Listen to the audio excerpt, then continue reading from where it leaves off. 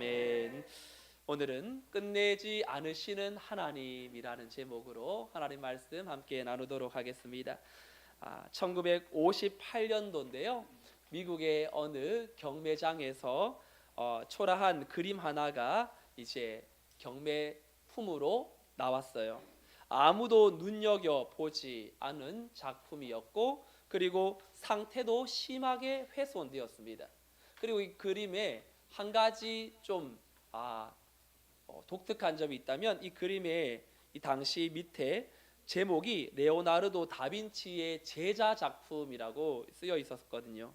그래서 이 그림은 45파운드 단돈 7만 원에 이제 낙찰이 됩니다. 이 그림을 보면 사진 하나 띄워주시면요, 이 그림은 2005년도 이 로버트 르네상스 의상을 입은 이 예수님의 모습이 그려져 있는데, 이 오른손에는 예수님의 그 축복을 기원하는 손으로 이제 두 손가락을 가리키는 모습이고요. 이 왼손에는 투명한 크리스탈 볼을 들고 있습니다. 마치 이 지구본을 향해 축복하는 예수님의 얼굴이지요. 그런데 이 그림에 보면 두꺼운 덧칠, 세월의 때, 그래서 그림이 이제 진가가 드러나지 않는 모습. 이 그림의 이름이 살바토르 문디라고 해가지고 세상의 구원자라는 라틴어예요. 그런데 2005년도에 이 로버트 시몬이라는 미술인이 이 그림을 봅니다. 근데 이 초라한 그림 속에서 분명한 가능성을 한 가지를 봅니다. 무엇인가 이 그림을 이제 복원을 하면 할수록 이 그림의 진가가 드러나겠다라는 생각으로 복원 전문가에게 이 그림을 이제 맡겨요. 그리고 이 복원 전문가가 이 그림 하나하나 덧칠된 그림을 제거하기 시작합니다. 근데 이제 덧칠을 한 겹 벗겨낼수록 놀라운 일이 벌어지는 거죠. 이게 보통의 이 붓칠, 기법, 이런 것들의 물감의 층위, 이러한 것들이 거장의 손이 담겨 있다라는 이러한 분석가의 이 진단이 드러나는 거지요.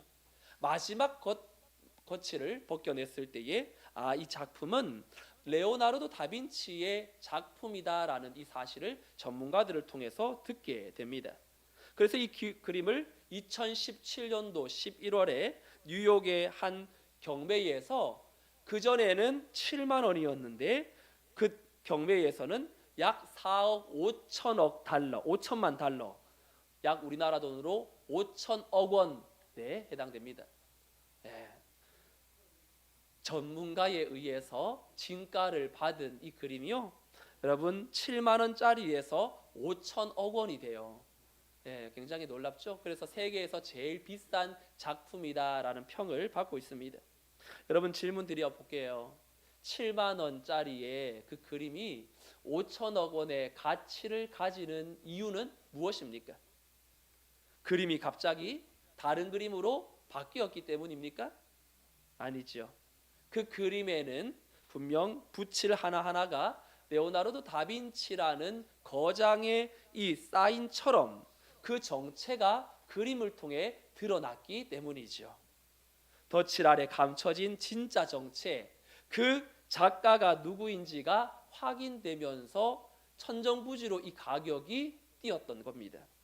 사랑하는 성도 여러분, 이 그림 한 작품을 통해서도 우리는 바로 우리의 이야기로 적용시킬 수가 있죠.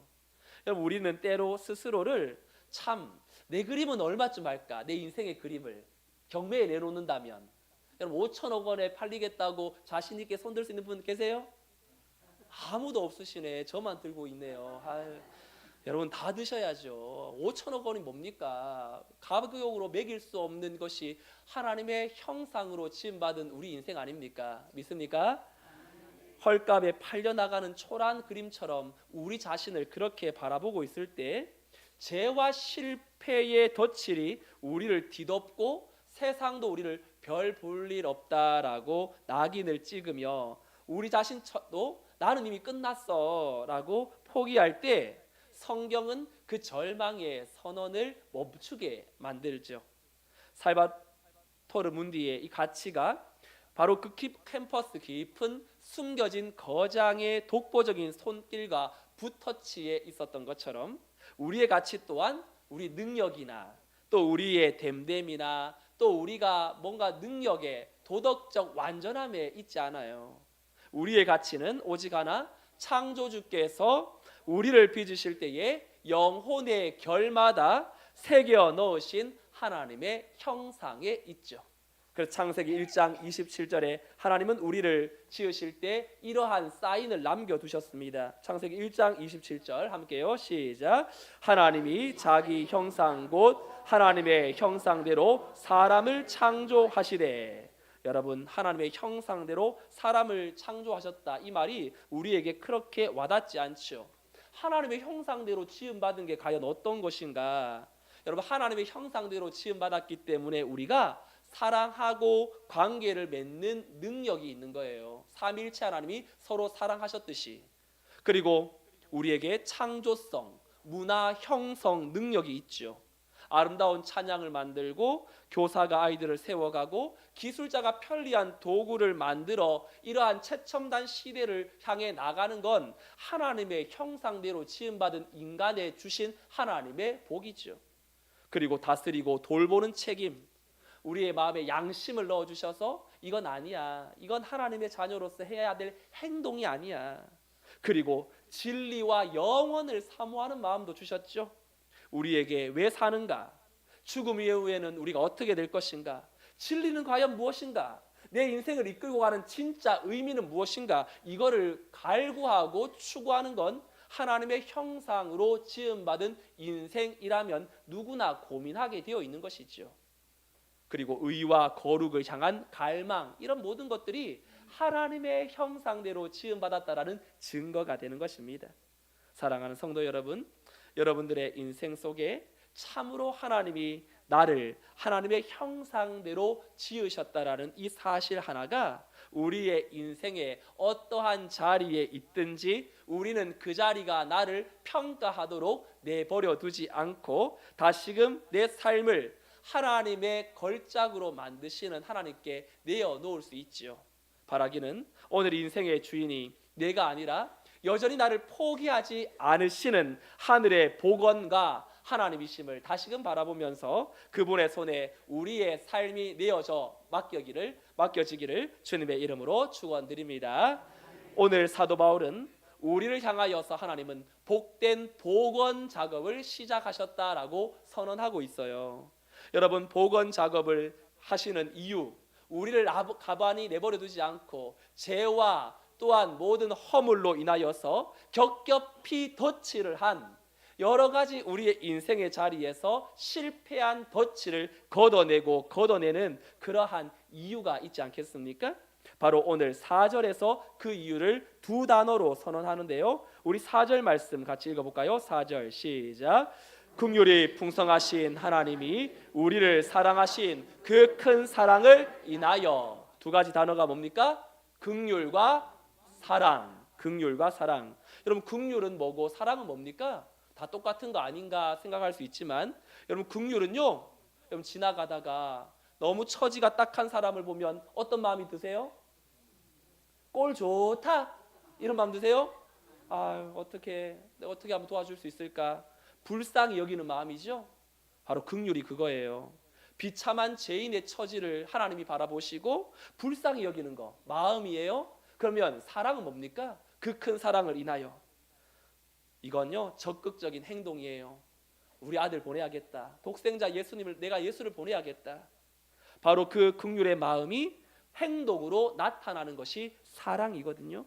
바로 우리를 복원하시려고 하시는 하나님의 마음은 바로 하나님의 긍휼과 사랑 때문에 살바토르 문디의 덧칠이 아무리 두꺼워도 이 다빈치의 사인을 덮을 수 없었던 것처럼 우리의 죄가 아무리 깊어도 하나님의 긍휼과 사랑을 소진시킬 수 없어요. 우리가 아무리 망나니처럼 살아도 하나님의 그 사랑이 우리를 탕자를 돌이키게 만드는 그 넘쳐나는 사랑 때문에 있음을 우리는 알지요. 그래서 그분의 긍휼이 풍성하기 때문에 우리는 어떠한 자리에서도 우리의 상태에서 우리는 그 자리에 머물러 있을지라도 하나님은 복원시키시는 일에 전문가이신 줄로 믿습니다. 그러면 하나님의 복원은 어떻게 진행되는가? 그 복된 복원의 작업을 오늘 세 가지로 사도 바울은 동사로 연속해서 선언하시는데, 첫 번째 복원 5절에 보니까 함께 뭐 하신다고요? 살리셨고, 6절에 함께 일으키사, 6절에 함께 앉히시니. 이것이 복원의 세 가지 동사예요. 동사 앞에 공통적으로 붙은 단어가 있죠. 함께 살리시고, 함께 일으키사, 함께 앉히시니. 함께라는 건 연합이에요. 여러분, 연합이라는 건요, 이렇게 이 뿌리가 끊어진 이것이 살아있는 이 줄기에 접붙임 받으면 이러한 꽃들이 살아나는 것처럼, 연합은 살아계신 예수 그리스도와 묶어버리는 작업이 연합이에요. 첫 번째 복원은 살리심이에요. 하나님께서 손을 들어 복원시키시는데 어떻게 살리시는가? 5절 말씀, 5절도 함께 읽어볼까요? 시작. 허물로 죽은 우리를 그리스도와 함께 살리셨고 너희는 은혜로 구원을 받은 것이라. 여러분, 허물로 죽은 우리를 그리스도와 함께 살리셨대요. 여러분, 하나님은 위로하시는 정도가 아니라, 격려하시는 정도가 아니라 살리셨어요. 여러분, 살바토르 문디가 창고에서 그냥 있으면 그 진가가 어떻게 드러나겠습니까? 여러분, 우리가 하나님을 떠나서 그저 내 뜻대로 살아간다면 어떻게 되겠어요? 허물로, 내 실수로 인하여 죄악 가운데에 죄를 죄로 여기지 못하고, 하나님의 음성을 들어도 반응하지 못하고, 하나님의 영광보다 세상의 욕망에 끌려가며 살아가는 영적 죽음의 상황에 처한 우리를 동정하시는 정도가 아니라 그분은 살리셨다고 말해요. 그런데 바울은 갑자기 죽은 우리를 살리셨다 이 말 한마디를 해놓고 감격에 너무 벅차가지고 그 은혜의 크기에 압도되어서 논리의 흐름을 잠시 멈추고 별도로 괄호로 쳐서 그 다음 강조하는 문구가 5절 끝에 보니까 괄호로 되어 있죠. 너희는 은혜로 구원을 받은 것이라. 이걸 괄호로 쳐서 선언합니다. 왜냐하면 예수님이, 하나님이 우리를, 죽은 우리를 살리셨다라고 이렇게 말하니까 사람들이 반응하죠. 역시 내가 예수 믿어서, 내가 역시 좀 하나님 앞에 기도했더니, 내가 오늘 또 하나님 앞에서 이렇게 살았더니 좀 내가 나아져 가지고 하나님이 나를 받아주신 게 아닐까? 내가 열심히 했으니 회복된 것이 아닐까? 이런 하나님의 은혜를 나의 공로로 치부시킬까 봐 사도 바울은 너희는 은혜로 구원을 받은 것이라 이 말을 넣어 놓은 거지요. 여러분, 우리를 살리신 그 하나님의 살려주심은요, 한때 과거로 끝나는 게 아니에요. 여러분, 지금도 하나님의 살려주심은 지금도 이 자리에서, 우리의 삶의 자리에서 진행되고 계신다는 거 믿으십니까? 아멘. 여러분, 말씀은 능력이 있기 때문에 오늘도 이 예배에 우리는 죽어가는 예배를 하나님은 살리세요. 식어가는 기도를 살리세요. 메말라가는 사랑을 살리시고, 무너져가는 가정을 살리시고, 주저앉은 영혼을 살려내세요. 혹시 지금 내 안에 죽어 있는 영역은 어떤 겁니까? 기도가 죽어 있습니까? 감사가 죽어 있습니까? 말씀에 대한 갈망이 죽어 있고 내 판단과 내 마음에 그저 평가만 남아 있습니까? 사명을 향한 열정이 죽어 있습니까?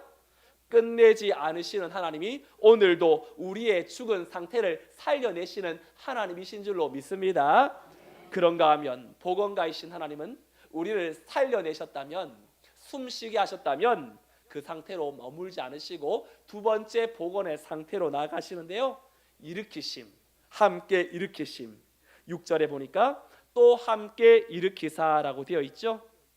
여러분, 첫 번째 복원은 살려주심, 살리시는 건 내 존재를 회복시키는 거예요. 너 그렇게 살 존재 아니다. 너 얼마나 가치 있는 인생인지 아느냐? 우리의 존재에 의미를 부여해 주시는 거예요. 그런데 일으키심은요, 바로 상태와 방향의 회복이에요. 우리가 어디로 나가야 될지를 알게 하는 실제적인 능력이죠.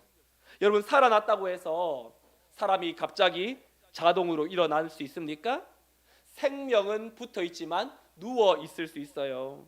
살아는 있지만 여전히 두려움 속에 웅크려져 있을 수 있어요. 살아는 있지만 패배의식 때문에 다시금 거기에 사로잡혀 있을 수 있어요. 그래서 하나님은 살리심으로 끝내지 않으시고요, 일으키세요. 살바토르 문디 작품을 샀을 때 그 그림의 상태가 어땠습니까? 심하게 뒤틀려 있었고요, 균열되어 있었고 빛을 잃었어요. 그런데 다빈치의 진품임이 밝혀졌어도 그 그림의 상태가 회복되지 않으면 세상에 내놓을 수 없죠. 그래서 두 번째 복원은 일으켜 내시는, 살아있음을 확인한 것에 멈추지 않고 바로 본래의 상태로 일으키는 작업, 이것이 바로 일으켜 주심, 우리 인생의 사명을 확인하고 비전을 발견하는 것. 사람이 언제 진짜 회복됩니까? 없던 돈이 생겨나면 회복됩니까? 없던 명예가 나타나면 그것이 그 인생을 의미 있게 만듭니까? 아니에요. 그 사람을 다시금 눈동자가 힘이 들어가게 만드는 것은 그 사람이 하나님이 보내신 사명과 비전을 발견할 때입니다. 그 사명과 비전을 발견하면 그 자리에서 일어나게 되어 있습니다. 우리가 주저앉은 이유는 죄책감 때문일 수도 있고, 실패 때문일 수도 있고, 사람의 말 한마디 때문일 수도 있고, 나를 인정해 주지 않는 사람의 평가 때문일 수 있고, 비교 때문에 주저앉을 수 있고, 기도해도 달라지지 않는 현실 때문에 주저앉을 수 있어요. 그런데 하나님의 은혜는 단지 괜찮다 위로하는 수준이 아니라 하나님의 손을 내미셔서 사람도 너는 어쩔 수 없는 인생이야 라고 평가절하는 그 자리에서 일으키셔서 예수님이 만나는 사람은 사명과 비전을 발견하고 주님을 따르면서 그 인생이 놀랍도록 일으켜지지 않습니까? 신앙생활 하다 보면 살아는 있지만 내가 지금 살고 있는 게 맞나? 내 영혼이 지금 살아있는 것이 맞는가? 구원받았지만 사명 앞에 서지 못하고, 은혜를 받았지만 여전히 패배자처럼 살고 있을 수 있어요. 하나님의 자녀이지만 고와 같이 그런 마음으로 살고, 그럼에도 하나님은 우리를 내버려 두지 않으시고 자신의 자녀를 일으켜 세우지요. 하나님이 우리를 일으키는데요, 어느 정도의 일으키심인가? 바로 베드로가 무너졌을 때 예수님은 그를 버리지 않으셨고 일으키셨어요. 어떻게 일으켰습니까? 방향과 상태로의 회복. 너는 내 양을 먹이라, 내 양을 치라. 너는 네가 원하지 않는 곳으로 남이 띠띠우고 데려갈지라도 그 자리가 너가 서 있어야 될 자리다라는 그 인생의 사명으로 바른 목적과 이끄심을 통하여 그를 회복시키지요. 그래서 회복은요, 단지 상처 치료하는 정도가 아니에요. 다시 부르심 앞에 세워지는 거예요. 그러므로 하나님이 우리를 일으키실 때 우리는 하나님께 이렇게 고백해야 합니다. 주님, 나 오늘 살아있는 것으로만 만족하지 않고 나를 다시 세워주세요. 단지 편안하게 살려고 하는 것이 아니라 주님의 뜻을 위해 다시 일어서게 해주세요. 여러분 지금 주저앉아 있습니까? 사람에게 상처 받으셨습니까? 신앙의 이 낙심이 너무너무 커서 주저앉아 있습니까? 가정의 문제로, 관계의 문제로, 현실의 문제 앞에 주저앉아 있습니까? 일으키시는 하나님의 붙드심 앞에 우리의 상태를 내어놓고 우리의 존재와 상태와 방향이 회복되는 역사가 일어나기를 주님의 이름으로 축원드립니다. 복원가이신 하나님은 우리를 살려내시고 바른 방향으로 우리를 이끄시고 일으키셔서 세 번째 마지막 복원의 내용이 있는데요, 하늘에 앉히심. 6절 끝에 그리스도 예수 안에서 함께 하늘에 앉히시니. 여러분 정리를 좀 해보면 첫 번째 복원 살리심은요, 존재의 회복이라고 했어요. 우리의 존재를 죽은 허물과 죄로 죽은 우리를 살려내는 존재적 회복이라면, 두 번째 일으키심은 상태와 방향의 회복이요, 세 번째 복원 하늘에 앉히심은 자리와 신분의 회복을 말합니다. 여러분 여기 앉히다라는 건요, 편안하게 그저 쉽게 안락한 정도가 아니라 영광의 자리, 통치의 자리, 권위의 자리, 우리가 있어야 될 자리에 착석한다라는 의미가 있습니다.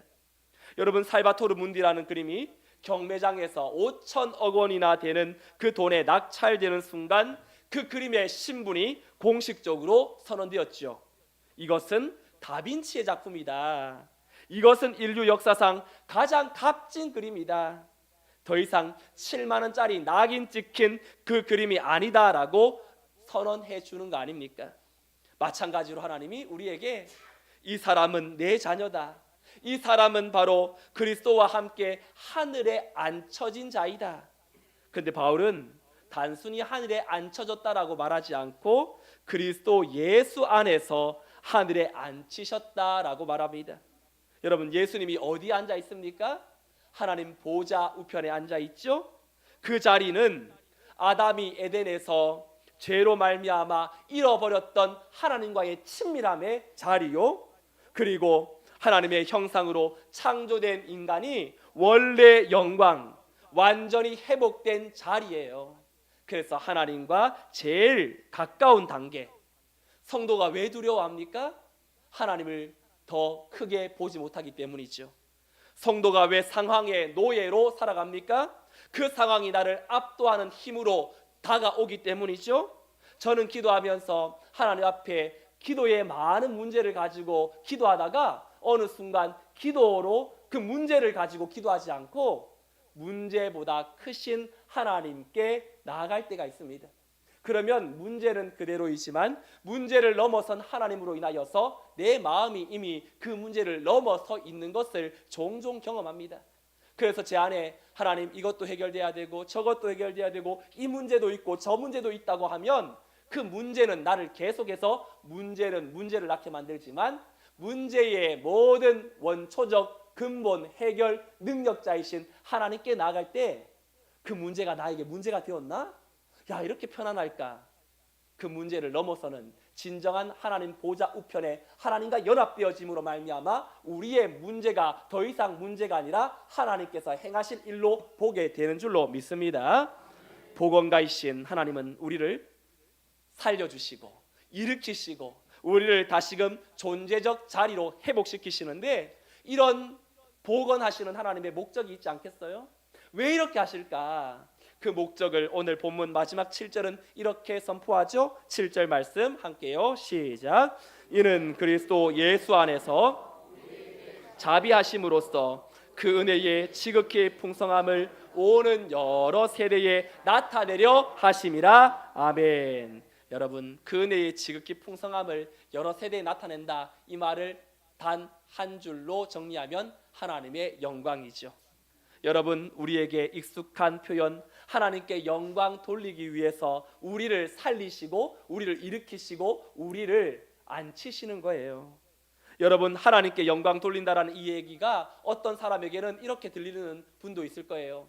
목사님, 우리가 하나님께 영광 돌리면 나는 어떤 혜택이 있나요?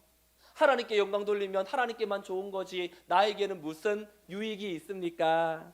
여러분, 이런 말 하시는 분들이 있다면 그 말의 뉘앙스는 하나님께 영광 돌리는 걸 자기 권리를 포기하고 하나님을 챙겨드리는 것 정도로 이해하기 때문이겠죠.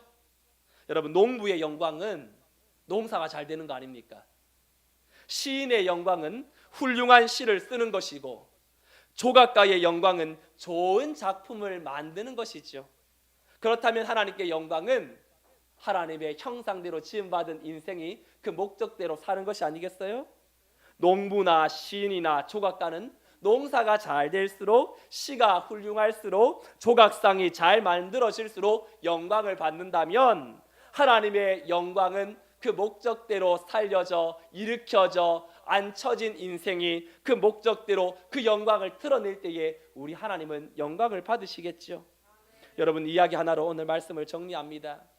모세라는 사람, 애굽의 왕자였습니다. 근데 우리는 이 애굽의 모세가 뭐 그냥 그저 그렇게 하나님이 찾아오셔서 그를 만나 주셔서 그렇게 멋진 일을 행하였나 보다, 출애굽에 이끌었던 사람인가 보다 생각하지만 여러분, 히브리서에서는 이 모세를 다르게 평가해요. 모세가 애굽에 만약 왕자로 있었다면 고난을 외면하고 이스라엘 백성들을 그저 노예로만 놔두고 그저 자기는 자기 영광을 위하여 바로의 딸의 왕자로 살았다면 어떻게 되었을까? 그는 자기 몸 하나는 부귀 영화 권세를 누리며 살았겠죠. 아무 부족할 것이 없듯이 살다가 죽어서 미라가 되었을 것이고, 이집트 박물관에 여러 바로들의 그 모습과 함께 또한 전시되었을 겁니다. 그렇다면 모세는 성경에 기록되지도 않았을 것이고 우리 중에 모세를 아는 사람은 없었겠지요. 하지만 모세는 복이 무엇인지를 명확하게 알았어요. 모세는 무엇을 복으로 삼았는가? 히브리서 11장 24절로 26절 말씀 함께 합독하지요. 시작.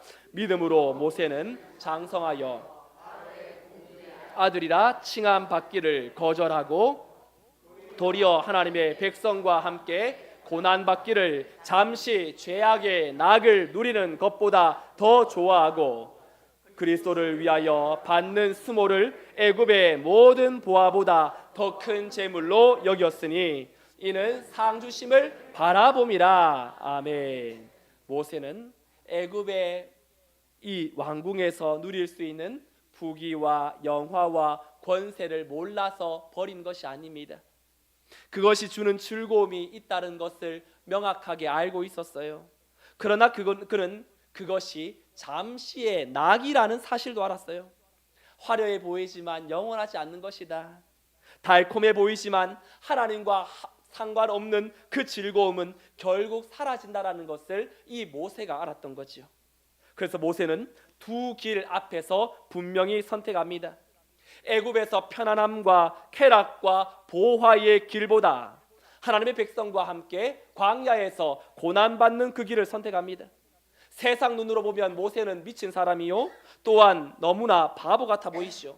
손해를 엄청나게 많이 경험한 사람처럼 보입니다. 그러나 믿음의 눈으로 모세는 다르게 봅니다. 왜냐하면 모세가 보았던 복은 세상이 얼마나 편안하게 내가 살 수 있느냐, 더 많은 것을 내가 거머쥐느냐로 판단하지 않고 상 주시는 이심을 바라봄이라. 내 인생이 하나님과 연결되어 있느냐, 이것을 더 큰 복으로 누렸고 보았기 때문입니다.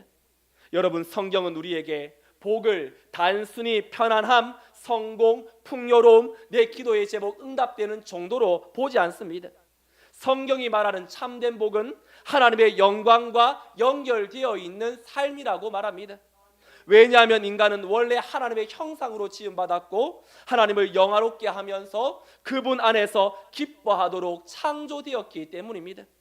그러므로 하나님의 영광과 연결되지 않는 낙은 결국 공허할 뿐이에요.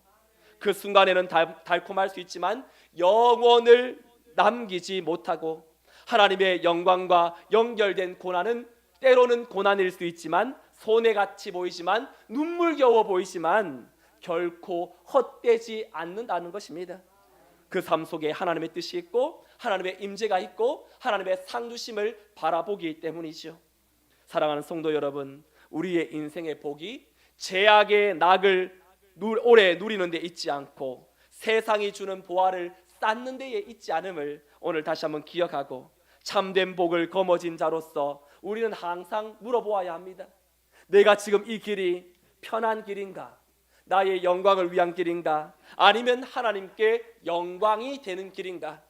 이 선택이 나를 높이는가? 이 선택이 하나님을 드러내는가? 오늘 에베소서 2장 4절에서 7절을 통하여 보건가이신 하나님께서 행하신 위대한 사역 세 가지, 살려주심, 일으켜주심, 앉혀주심에 대해서 나누었습니다. 살바토르 문디를 복원하던 다이앤 모데스티니가 훗날 이런 고백을 남깁니다. 복원하면서 그가 이렇게 말합니다. 내가 복원 작업 중에 어느 순간 캠퍼스 위 예수님의 눈과 마주쳤습니다. 그 순간 저는 붓을 멈출 수밖에 없었습니다. 그리고 눈물을 흘렸습니다. 수백 년의 덧칠이 거치고 드러난 그 주님의 눈빛, 사진 하나 보여주시겠어요? 완성된 그림. 그 주님의 눈빛 속에서 세상의 구원자이신 그 눈빛이 복원가를 바라보고 있었습니다. 사랑하는 성도 여러분, 저 주님의 눈빛이 우리를 지금 향하고 있습니다. 예수님은 우리를 복원하기 위해서 단순히 붓을 드신 정도가 아니라 자기의 생명을 내어놓으셨어요. 십자가는 인류 역사상 가장 값비싼 복원 작업의 현장이었습니다.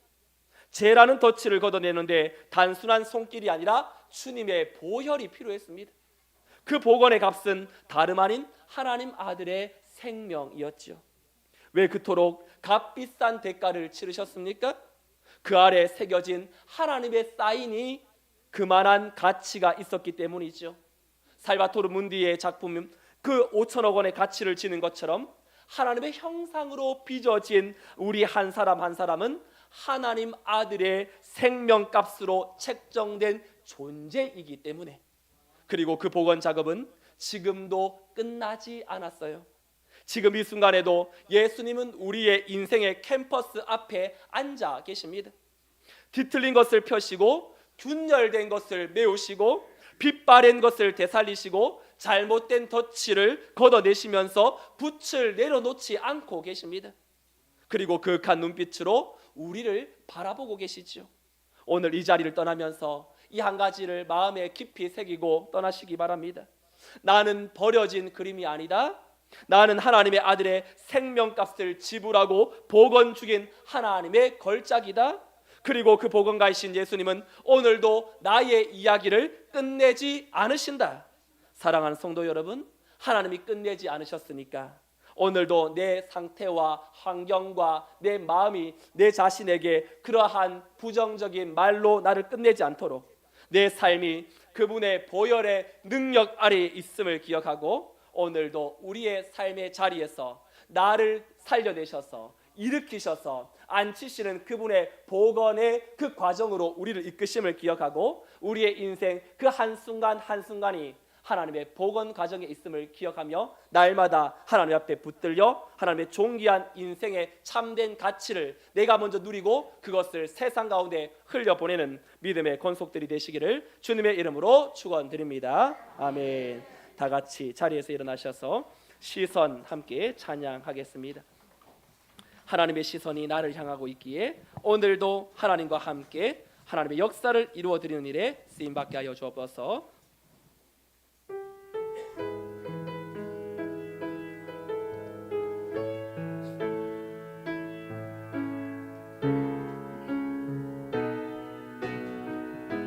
내게로부터 눈을 들어 내게로부터 눈을 들어 주를 보기 시작할 때 주의 일을 보겠네. 내 작은 마음 돌이키사 하늘에 꿈꾸게 하네. 주님을 볼때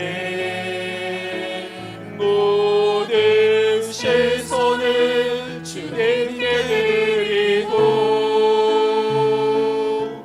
살아계신 하나님을 느낄 때 내 삶은 주의 역사가 되고 하나님이 일하기 시작하네. 성령이 나를 변화시켜 성령이 나를 변화시켜 모든 두려움 사라질 때 주의 일을 보겠네. 황폐한 땅 한가운데서 황폐한 땅 한가운데서 주님 마음 알게 되리. 주님을 볼 때 모든 시선을 주님께 드리고 전능하신 하나님을 느낄 때 내 삶은 주의 역사가 되고 하나님이 일하기 시작. 전능하신 하나님을 모든 시선을 주님께 드리고 전능하신 하나님을 느낄 때 세상은 주의 나라가 되고 하나님이 일하기 시작하네. 우리 함께 이 시간 기도하겠습니다. 모든 것들은 하나님의 은혜 가운데 이루어집니다. 우리의 인생의 여정 속에 하나님께서 요구하시는 것은 하나님의 형상대로 지음받은 존재라는 그 사실이 우리를 일으켜 세움을 기억하고, 여러분, 이 땅 가운데 내 삶을 연약하게 만들 때에 내 존재 가치를 평가절하하는 환경을 대면할 때, 그때 우리의 시선을 주님께 내어놓고 여전히 하나님은 나를 향한 그 인생의 그림을 살려내시고 일으키시고 다시금 앉혀주신다라는 그 확신 앞에 내 삶이 주님께 붙들려 오늘 어떤 상황과 환경 가운데에도 하늘 시민권을 가진 자녀답게 하나님께서 행하시는 그 일들을 기대하고, 나를 통하여 하나님의 풍성한 은혜와 자비를 세상 가운데 우리 사랑하는 가정에게, 또한 우리의 밟고 나가는 모든 하나님의 권속들이 서 있는 그 자리에 흘러나고 또한 아름다운 은혜의 통로로 쓰임받게 해주시도록 오늘 말씀을 생각하며 함께 통성으로 기도하겠습니다. 하나님 아버지, 기도합니다. 우리의 마음 깊은 곳에 하나님의 사인을 기억하며 영적 죽음에서 살아나기를 원합니다. 긍휼의 풍성하신 하나님, 세상의 평가나 나의 실패로 인하여 내 삶의 헐값을 그림처럼 여겼던 교만과 불신앙을 회개합니다. 예수님의 생명값으로 나를 살려내사 그 큰 사랑으로 기억하여 내 안에 결코 지워지지 않는 하나님의 영상이 있음을 믿게 하여 주시고, 기도가 죽어있고 사명에 메말라 있던 하나님의 나의 영혼이 다시금 생생하게 살아나는 은혜가 일어나기를 원합니다. 주저앉은 자리에서 일어나 사명 앞에 서게 하여 주옵소서. 인생의 혹독한 시절을 보낼 때마다도 여전히 하나님의 놀라운 은혜와 그 사랑이 나를 둘러엎음을 기억하며 하늘에 속한 신문을 누리며 하나님의 영광을 나타내는 걸작이 되게 하여 주옵소서. 여전히 끝내지 않으시는 하나님의 그 사랑 안에 붙들려 믿음의 삶을 힘있게 살아내게 하여 주시고, 주께서 예비하신 놀라운 능력을 온전히 경험하며 하나님의 온전한 능력과 그 살아신 손에 붙들림 받으며 하나님 앞에 쓰임 받는 인생, 하나님의 그 놀라운 능력을 나타내는 인생이 되게 하여 주시옵소서. 긍휼이 풍성하신 하나님 아버지, 허물과 죄로 죽었던 우리를 그냥 버려두지 않으시고 큰 사랑으로, 큰 자비로, 긍휼로 찾아와 주시니 감사합니다. 우리는 자주 스스로를 헐값의 인생처럼 여기며 살아왔고 죄와 실패와 상처의 덫을 아래에 나는 끝났다라고 말할 때가 많았습니다. 그러나 오늘 말씀을 통하여 우리 안에 하나님의 형상이 새겨져 있고 우리가 버려진 존재가 아니라 주님의 손안에 복원되고 있는 걸작임을 다시 한번 확인케 하시니 감사드립니다. 우리 안에 죽어있는 것을 다시 살려내어 주시고, 식어버린 기도가 살아나고 메마른 예배가 살아나고 사라진 감사가 살아나고 무너진 사랑이 살아나고 무감각한 심령을 깨워 하나님께 반응하게 하여 주셔서 복음 앞에 살아 움직이는 속사람이 되게 하여 주옵소서. 주저앉은 우리를 일으켜 세워서 사람의 말 때문에 주저앉은 자를 일으켜 주시고, 실패와 죄책감에 눌린 자를 일으켜 주시고, 낙심과 두려움 속에 웅크린 자를 일으켜 주시고, 내 뜻대로 되지 않아도 하나님의 복원의 과정 속에 있음을 기억하고 온전히 하나님의 이끄심 속에 내 삶을 내어 맡기는 믿음의 권속들이 되게 하여 주옵소서. 무엇보다도 우리를 위하여 십자가에서 보혈을 흘려서 우리에게 진정한 복원의 온전한 대가를 치르신 예수님의 생명이 우리 안에 있음을 기억하고, 오늘도 복원가이신 예수님께서 우리 삶의 캠퍼스 앞에 앉아서 뒤틀린 것을 펴시고 균전될 것을 메우시고 빛바랜 것을 되살려 잘못된 덫을 걷어내시는 그네의 손길이 지금도 끝나지 않았음을 기억하고, 날마다 주님 앞에 우리가 하나님의 손에 붙들려 하나님의 영광을 올려드리는 믿음의 복된 삶으로, 또한 우리의 삶이 간증이 되어 하나님의 살아계심을 드러내는 믿음의 권속들이 되게 하여 주옵소서. 이제는 우리 주 예수 그리스도의 은혜와 하나님 아버지의 그 크신 사랑과 성령님의 인도 보교통 충만 역사하심이 오늘도 나를 바라보면서 끝내지 않으시고 그분의 은혜 가운데 존재적 회복과 방향과 상태의 회복과 우리의 신분의 회복으로 우리를 향한 아름다운 걸작으로 이끄시는 하나님의 손에 붙들려 내 삶이 주의 손에 하나님의 형상대로 빚어진 존재로서의 가치를 회복하고 주님과 함께 믿음의 여정을 힘있게 살아내려오겠노라 다짐하는 성도들의 삶과 저들의 가정과 자녀와 생업 위에 오늘도 이 자리에 나오고 싶으나 육신과 영적인 공고한 가운데 있는 이들 위에, 세계 열방의 전쟁 가운데에 있는 모든 황폐한 땅 위에, 이 나라 민족 열방 가운데 이제로부터 영원토록 함께 있을지어다. 아멘.